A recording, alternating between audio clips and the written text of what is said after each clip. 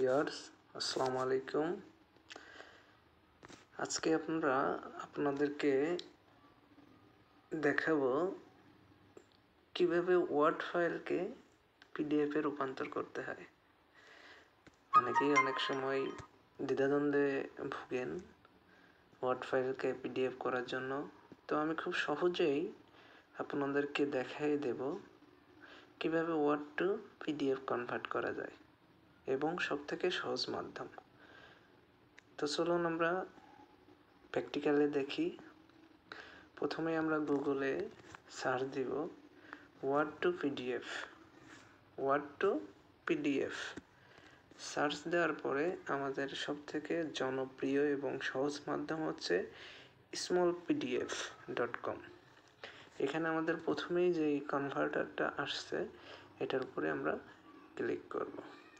দেন দেখুন আমাদের চলে আসছে যে ওয়ার্ড টু পিডিএফ কনভার্টার। তো এখানে খুব সহজেই আপনারা চুজ ফাইলে ক্লিক করলে আপনার ফাইল চলে আসবে।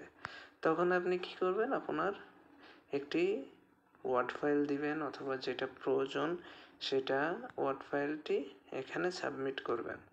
তো আমি প্রথমে এখান থেকে একটা ওয়ার্ড ফাইল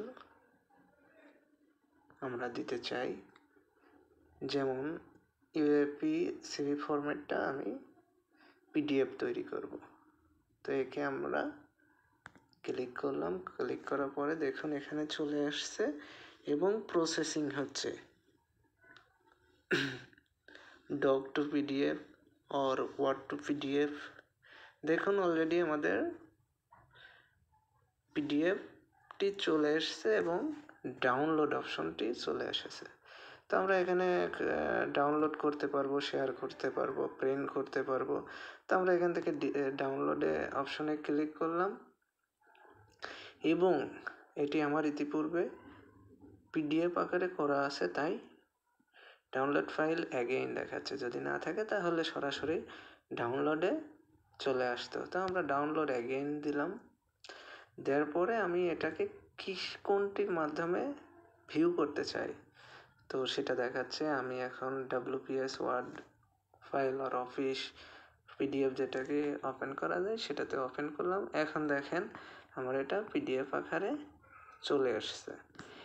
এখন আমরা এভাবেই খুব সহজে আমরা ওয়ার্ডকে পিডিএফে কনভার্ট করতে পারবো। চলুন দেখে নিই আসলে এটা পিডিএফে রূপান্তর হলো কিনা। তো আমি যদি এখানে ব্যাকে দিই তাহলে আমার দেখতে পারবো এই যে আমি WPS ফাইলে আপডেট করলাম, এখানে চলে আসছে WAP সিভি ফরম্যাট এবং এটি পিডিএফ। তো এই ছিল আজকে আমাদের ওয়ার্ড টু পিডিএফ করার নিয়ম। তো সাথে থাকার জন্য ধন্যবাদ।